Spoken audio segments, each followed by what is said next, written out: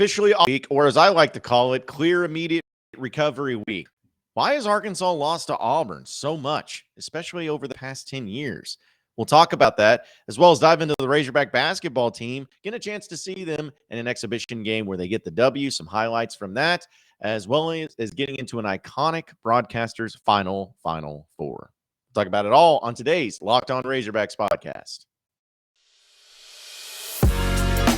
You are Locked On Razorbacks, your daily podcast on the Arkansas Razorbacks, part of the Locked On Podcast Network, your team every day. And welcome into Locked On Razorbacks podcast. I am your host, John Nabors. I'm also the host of Out of Bounds. You can catch every weekday afternoon from 1 to 4 on 103.7 The Buzz and 103.7thebuzz.com. This episode of Locked On Razorbacks is brought to you by Sling TV. Don't miss this week's matchup between Arkansas and Auburn right here on Sling TV. The TV you love for the price you'll love. Try it today. Hope everybody's having a wonderful Tuesday. As if you're watching on YouTube, I can actually wear my New York Jets jersey with pride for a second. I am a Jets fan. It's been a long time since they've been relevant, and right now they're sitting at 5-2. So I figured I'd bring back out the Keyshawn Johnson Jets jersey that I've had for so many years. So it's just good to be able to with some sort of pride. But either way, this isn't a Jets podcast. This is a Razorbacks podcast. And I'm going to have Zach Blackerby on from Locked On Auburn doing a crossover probably on Thursday. So I'm looking forward to doing a lot of previewing of that game and everything too. But overall, I'm looking into this game and against Auburn, and pretty much every Razorback fan that I've talked to, or pretty much every person who's lit this podcast or listens to my radio, whatever it may be, I think everybody's on board and everybody agrees that they have to win this game. If they want to be able to finish out the season strong and have a good year, they have to win this game because Auburn's not a good football team. They're not. They average just roughly 3 touchdowns a game. They don't score a lot.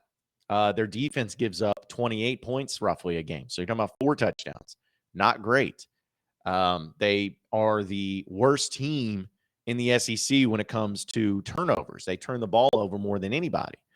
Like, this is a game you should win, especially on the road. I know it's tough, and I know they're coming off of a bye week, but they have, in some people's minds, a lame duck coach and Brian Harsin who's about to get fired.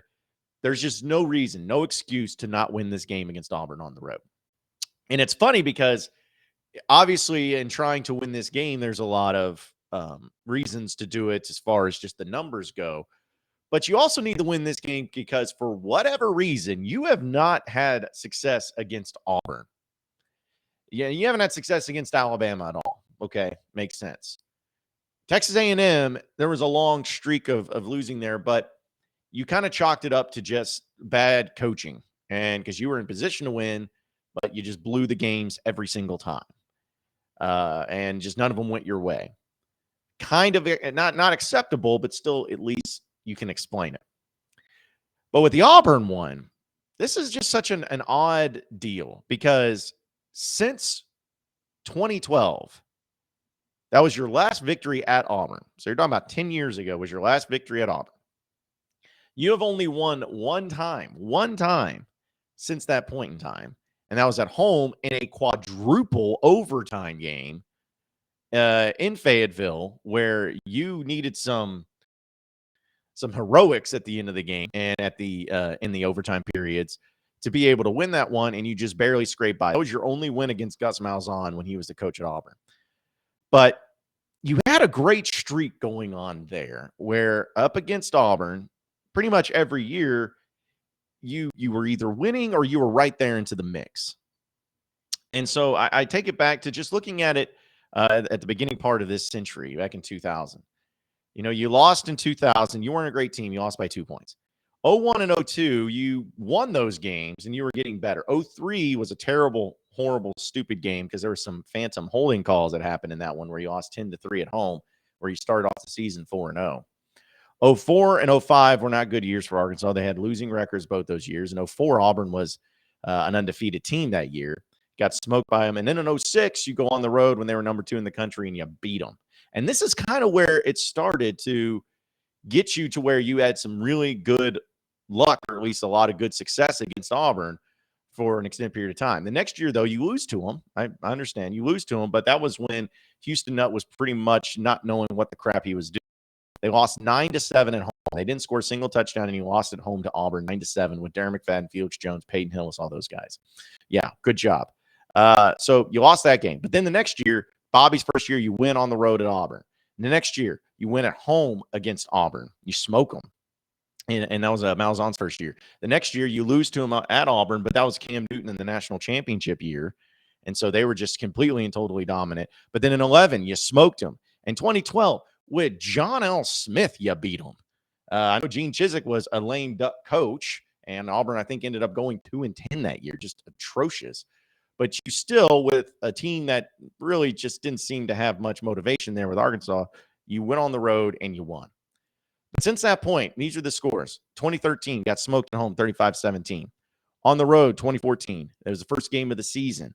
You got beat 45-21, but there was that weird elevator got stuck at halftime, and because you were tied at halftime, elevator got stuck. Coaches couldn't get down there to talk with the team or anything like that from the booths, and it ended up being kind of a controversy. You mentioned 2015 you won, but in 2016 you had a great run. You're starting to get it all going, and felt good about where you were at as a team. But then you go on the road and get beat 56-3. 56-3, you got smoked. And that game actually was when I was off the Brett Bielema bandwagon too. 2017, you get smoked in Fayetteville, 52-20. 2018, Chad Morris's first year, you get smoked 34-3. The next year at home, you get smoked 51-10, where you had the famous fake punt, pass, whatever that was thing that happened in Chad Morris's year. And then in 2020, Dan Pittman's first year and then the COVID year, you got screwed. You got screwed out of a win where there was that's where the clear immediate recovery thing I refer to as, where Bo Nix fumbled the ball. He didn't spike it. He fumbled the ball because it was a pass that he went by. How do you say that? When you throw a pass, I guess I'm just drawing a blank. But basically, it's like a lateral. You throw it behind you. You don't throw it forward. You throw it behind you. A backwards pass, call it that. But you had that happen where Arkansas should have won, but they didn't. And then last year at home in Fayetteville, the one bad loss that you had was against Auburn, and you lost 38-23 at home. So it's just been a weird thing. It's been a weird thing with Auburn, as we kind of just went through a lot of the history there of why you've lost to them and the reasons behind it. And I think the main reason you want to talk about why you've lost so much to Auburn is because Auburn's been a better team than you in most of those cases over the past 10 years. Arguments can be made, obviously, with last year, you were a better team. 2020, possibly, you could say, at least you may have been dead even there as a team. But all the other years, Auburn was a better team than you, plain and simple. And you just lost those games. And that's what you can chalk it up to. But a lot of the cases, too, is weird, fluky things that happened. And as we already mentioned, some of them, in 2020, the pass that, or the backwards pass that should have been Arkansas's ball, and they should have won the game, like easily won the game. You think about it in 2014, the coaches elevators on the road. And, people say that had an impact because in the second half, it was a whole story. Even thinking about going back to 2010 against Auburn when Cam Newton was there, you had some really controversial calls, some fumbles that didn't get called that were fumbles. I think it was was it Michael Dyer that almost went into the end zone and the ball was clearly fumbled. I think it was Michael Dyer or maybe Terry McCaleb, somebody like that. It was a running back for Auburn, and the ball got stripped right before he hit the goal line, clear as crystal, clear as day. And they reviewed it, and they still said, no, it was fine. It was down. Ended up going to touchdown. So pretty much there's always been just some weird, interesting things that have happened in a lot of these games. Now, at the end of the day, you still got to go out and win. It still has to be your team that goes out there and wins. But that doesn't mean that there can't be some other little things that are a little bit peculiar when these teams face off. And there's been a lot of those too. I have a feeling that this Saturday, because of the history and everything, there's probably going to be some weird things going on once again. It's going to be some fluky things going on once again. I think that there's always been at least a little bit of some controversy with officiating. I think that there's a possibility that it happens this weekend. I'm not trying to say that Arkansas is going to lose because of all those things. there just is always something weird about this game.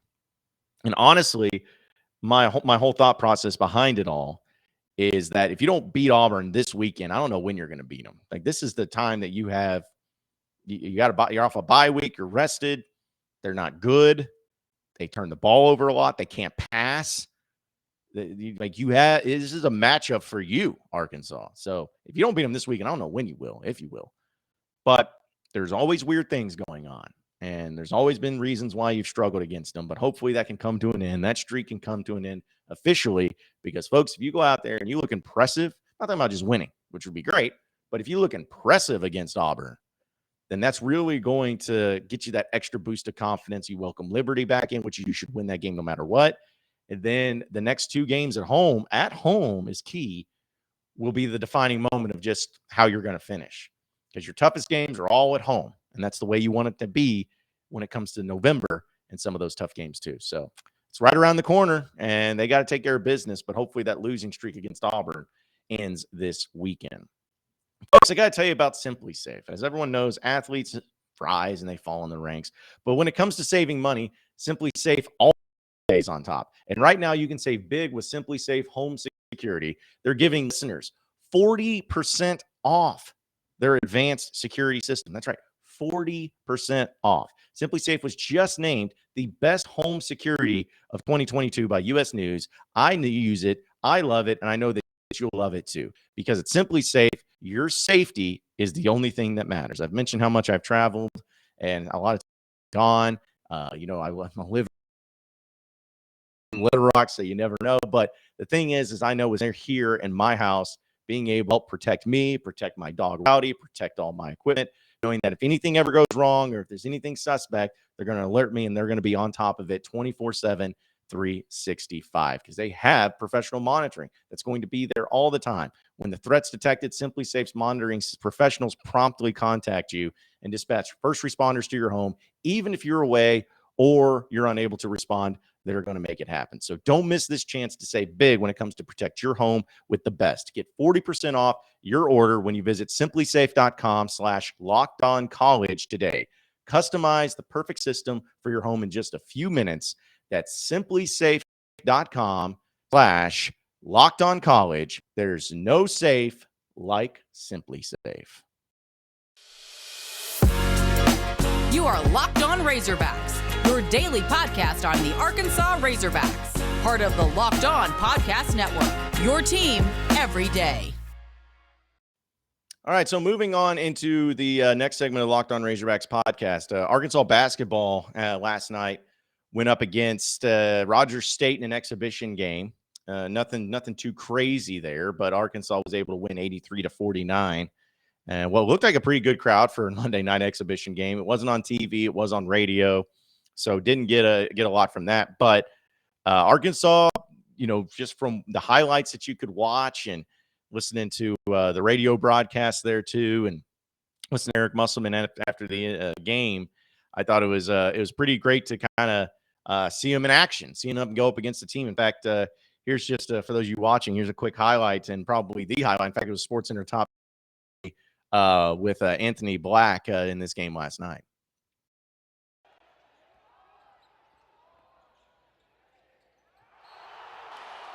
Anthony Black with a flush. It's a cringy call on there, whoever did that. But it was a great call. Or great play that went there and just slammed it home. And hopefully that's one of many highlights to come. But that was definitely the one from last night. And I was looking at the box score, and it was good to see kind of get some other guys involved where, everyone thinks it's just going to be one player or two players. But actually the leading scorer, as crazy as it was Joseph Pinion. He only played roughly 14 minutes in this game, had 15 points and went 4 of 6 from three-point land. So that was great. Trevin Brazil had a really nice game too. Played 24 minutes at 11 points, 6 rebounds for him, only 1 turnover. And let's see, the other guys that stood out. You had Nick Smith Jr. Didn't have a great shooting performance, went 2 of 7, but only played 20 minutes. Did have 9 points and 3 rebounds and 2 assists. Ricky Council threw in 8 points as well in 20 minutes. Like, you had a lot of players playing in this game. So, the most somebody played was Trevin Brazil with 23 minutes. So you got a lot of guys got a lot of run in there too. Anthony Black had 6 points, 5 assists, as well as 3 rebounds for him. So yeah, that I mean, those types of things look good. The rebounding was incredible. I mean, they had them by 20, 42 to 22. So you can definitely tell the length and the size and the physicality is there a lot better than what it has been in previous years, and that's something that they've really strived to work on as well. But overall, I mean, that part of it was good. Jordan Walsh even had 8 points too. He played 23 minutes, played a good bit. But the things that did stand out as far as the negative goes, first off, for sure, the turnovers. Way, way, way too many turnovers. 16 of them for Arkansas. Anthony Black had 3. Nick Smith had 2. Council had 2. Barry Dunning had 2. So you had way too many turnovers in this game. And also the thing that's it's not bothersome because we're talking about one game, but it's definitely something that cannot happen consistently. Free throws as well. Arkansas went 20 of 37 from the free throw line. That's disgusting. That's disgusting. You cannot do that ever. Let's see, because you had Jordan Walsh went 1 of 6. That's something you can have. Jalen Graham went 3 of 5. Anthony Black was 0 of 1. I mean, Darian Ford 0 of 2. So, I know that they're going to limit it to where not everybody is going to be playing as many minutes as you saw in this game. I wouldn't think. I think they're going to probably try to limit it to about 8 or 9 guys. Just at the end of the day, just like we've seen from different times with Eric Musselman and how he's approached it. But yeah, it's just you got to be able to do better from free throw line. And honestly, 3-point shooting was decent. You went 7 of 18, helped out by 4 of 6 for Joseph Pinion. So that was good to see. That's all the shots he took, in fact, and hit some free throws. But I would love to see that pretty consistently if you can just get to the point to where you're hitting, I think it's 39% from 3. That's a good little mark. But yeah, you get 60% from the field. Like you shot better from the field because you shot 59, almost 60% from the field than you did from free throw, which was 54%. That has to be fixed and has to be changed. So, but again, it's not like they're looking at things that they don't already know. Of course, like, yeah, you gotta do that, and you gotta take care of business, and you got to get better at it. But yeah, that was just something that they're easy fixable things. Free throw shooting can be adjusted and fixed. Turnovers can be fixed, but you see the athleticism and you see the reasons why Arkansas has so many high expectations this year. Also, Eric Musselman got a technical in this game, which was pretty awesome because it's an exhibition game, and that what makes it so much fun. But here's actually Eric Musselman talking about that technical and why he got it. Mikkel did a great job running the floor on that possession, and he's a guy that's trying to figure out a role. And I thought we had, we were on a big time momentum swing, and personally, I wanted him rewarded for running the floor like he did, and then finishing as well. But it's, I'm in mid-season form. Mid-season form already. So, hey, listen, Muss is going to be the same guy no matter what. He's going to approach everything the same way. He's going to be intense the same way. So, just good to see that he's already getting after it in the exhibition game. So, off to a good start. They got Texas upcoming this Saturday, which is also an exhibition game. We'll be on the road. I see it kind of an interesting thing, though, because I actually saw Pinto on Twitter say that he didn't think it was going to be on the Longhorn Network anymore. And from what it looked like of all the graphics, it's gotten taken down as far as it being put on the Longhorn Network. So that'll be a huge disappointment if people can't watch it. But either way, I mean, I guess it'll still be on radio. I don't know. It's very peculiar right now, but we'll keep you updated on that and let you know if any of that changes. But folks, I got to tell you about LinkedIn. These days, every new potential hire feels like a high stakes wager for your business because you never really know who you're going to be getting. You want to make sure you get the best people hired, and you want to make sure that you're 100% certain about it. That's why you have to check out LinkedIn Jobs. LinkedIn Jobs helps find the right people for your team faster and for free. That's the most important thing. I know a lot of my friends, people that I know personally, that have gone out and have tried to find new jobs, maybe try new career paths, maybe look for in a different area that they're trying to move to. I had a friend of mine that his wife got a really, really good job in a different city, but he needed to find something. Well, where'd he go? He went to LinkedIn to try to find the jobs.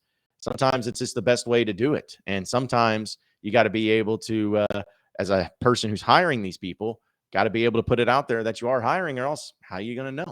How are you going to get the best candidates unless you let everybody know that you're hiring? That's what LinkedIn Jobs does for you. They help you find the qualified candidates that you want to talk to faster. So post your job for free at linkedin.com/lockedoncollege. That's linkedin.com/lockedoncollege to post your job for free. Terms and conditions to apply. You are Locked On Razorbacks, your daily podcast on the Arkansas Razorbacks, part of the Locked On Podcast Network, your team every day. Okay, so final segment here on the Locked On Razorbacks podcast. I saw this news, and this isn't necessarily Razorback related, but I thought it was kind of a thing that has been interesting to me over the past couple of years, at least. But it was announced on ESPN, or this is coming actually from the Associated Press, and ESPN reported that Jim Nantz, the iconic voice of so many great different sports-related broadcasts, known mainly for the Masters. Of course, he's a big in that. Also, the Final Four. Will be stepping away from calling the NCAA men's basketball tournament after next year, and will be succeeded by Ian Eagle. He's been part of the tournament coverage since 1986, and he was a studio host, and he called his first Final Four in 1991. It will take place in, of course, Houston, the Final Four for him. And it's kind of funny because Nantz attended the University of Houston and hosted on Guy Lewis's television show there as well. He will remain the lead voice of the network's NFL coverage as well as the golf team with the Masters and the PGA Championship, but he's going to be moving on from college basketball. So just unfortunate, because he's kind of been synonymous with college basketball in the postseason, and especially in the Final Four. So it's been something that he's been a part of for a long time, and I'm somebody that's going to miss that for sure. But you're just starting to see kind of a change of the tide, with college football and Lee Corso. And, as you can tell, it's winding down for him and his broadcasting there with College Game Day. Obviously with this thing with Jim Nantz. We've seen other iconic legendary voices. I mean, Vern Lundquist was here pretty recently where he retired. Dickie V, he might be somebody that will be retiring soon. I know he's dealt with a lot of his health, but I mean, it's just it's sad to see a lot of these iconic, synonymous people with certain sports and everything just getting to the point to where it's not, it's not where it once was. But either way, I can't wait to hear Jim Nantz call the national championship in his Final Four for the Arkansas Razorbacks. It's going to be great. It's going to be absolutely great. Let's hope that actually ends up happening. Appreciate everybody listening into the Locked On Razorbacks podcast. Be sure to like and subscribe to the podcast on iTunes or on Google Play. You can get after me on Twitter at BuzzJohnNabors for any questions, comments, concerns that you may have. We'll keep it going from there. Podcast time, same podcast channel tomorrow afternoon. Have a great day, everybody. We'll see you then.